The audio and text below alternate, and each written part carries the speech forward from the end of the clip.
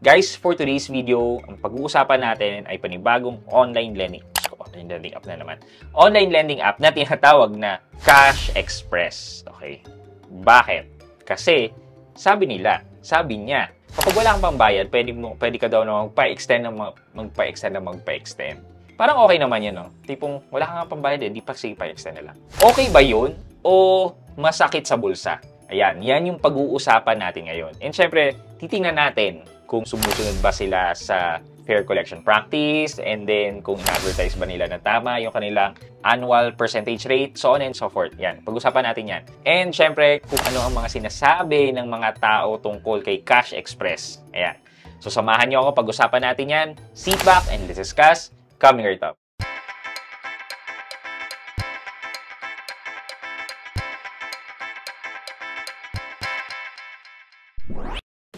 Hi guys, this is Pat and you're in Pat Quintos Review TV. So if you're new in my channel, I do reviews about personal finance na meron akong experience at ginawa ko na yan ng videos and playlists na makikita nyo dito sa taas. At kung bago ka dito sa channel ko, you may want to consider subscribing to my channel. Okay, so guys, bakit nga ba natin ito pag-usapan? Kasi nakita ko to eh. Ito, yan o. Habang nasa YouTube ako, lumabas yung feed na to. Sabi niya, Cash Express, take money first, 7 days at 0% interest. Ito pa, up to 25,000 for up to 180 days for repeat borrowers. And then 95% yung approved request. Okay, sige, punta tayo sa website. So, nandito na tayo. Ang sabi niya, ayan, get first online loan for 7 days with 0% interest. Ayan. So, minimum ng 1,000 pesos and then maximum ng 20,000 pesos yung pwede mong ma-loan with Cash Express.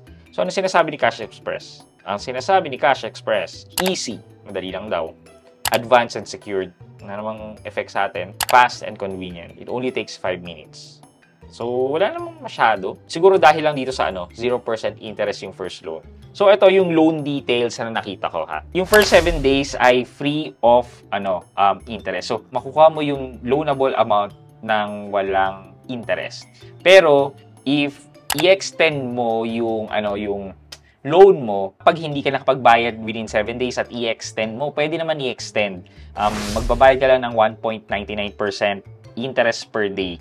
Na ito, nagkakahalaga ng 696.5 pesos.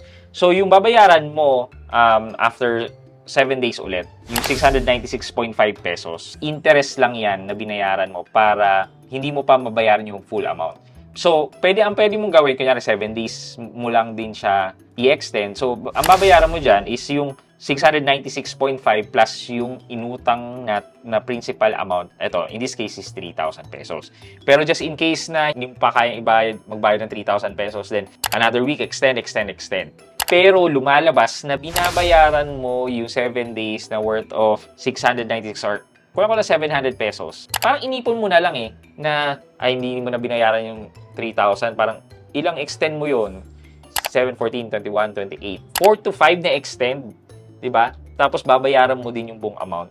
So, I suggest na bayaran mo na kagad within 7 days para wala kang interest na babayaran. Okay, yan. So, now na nakita nyo na yung details ni Cash Express, kung ano yung offer niya, tapos yung calculation dito. So, dito nakalagay 1.99% per day times 365 days. So, that's 726% yung APR niya. Because nag-extend ka, nag-extend. So, pero yun talaga yung lumalabas na APR. So, i-check natin ngayon kung ano yung mga feedback ng mga customer nila.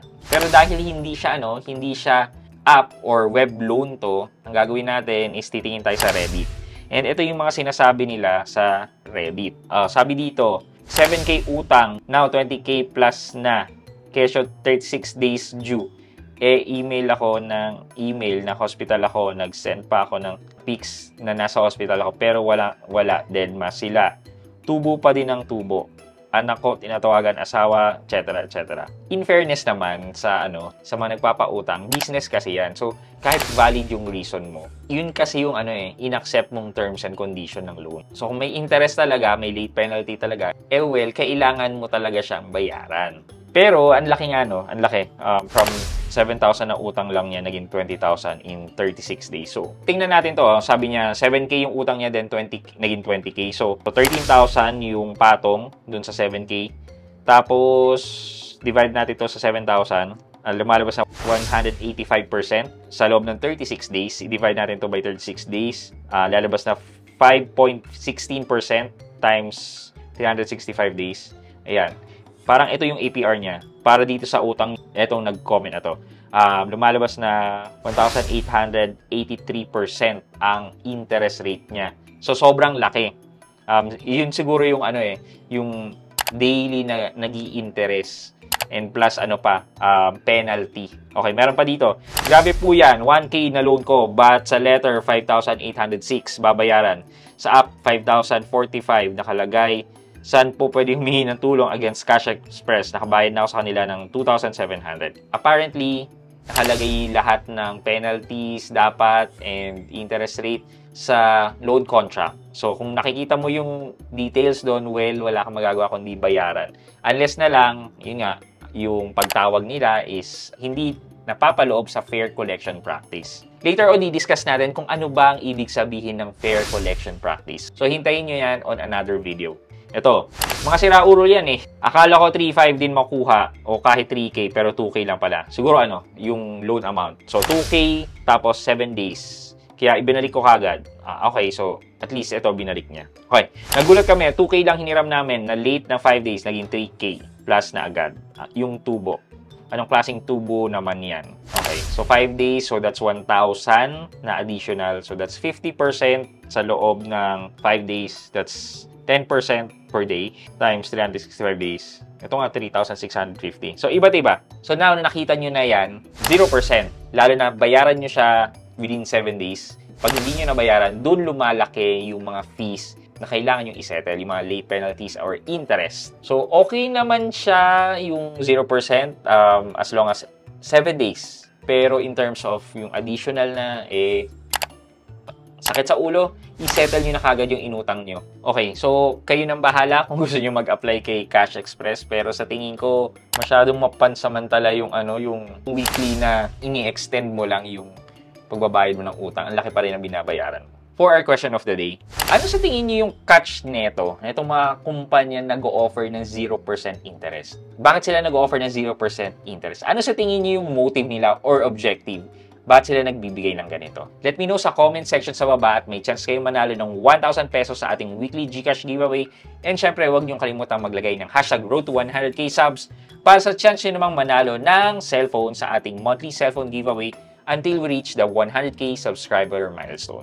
Yun lamang po for today's video, but before we end this video, mag-shoutout po muna tayo. At shoutout kay at Paro Hinog Noel. Sabi niya, this is very helpful. Thank you. At para Hinog Noel, shoutout po sa inyo. Thank you so much po sa pananood at sa pag-appreciate nyo ng content na ginagawa ko. Maraming salamat po. I hope you can like this video, leave a thumbs up, and if not, wala nang problema dyan, but continue to support me by subscribing to my channel by clicking the subscribe button and also the bell button sa tabi ng subscribe para receive kayo ng latest notification sa lahat ng upload ko. Again guys, this is Pat Quinto, and you're in Pat Quinto's Review TV. Bye-bye!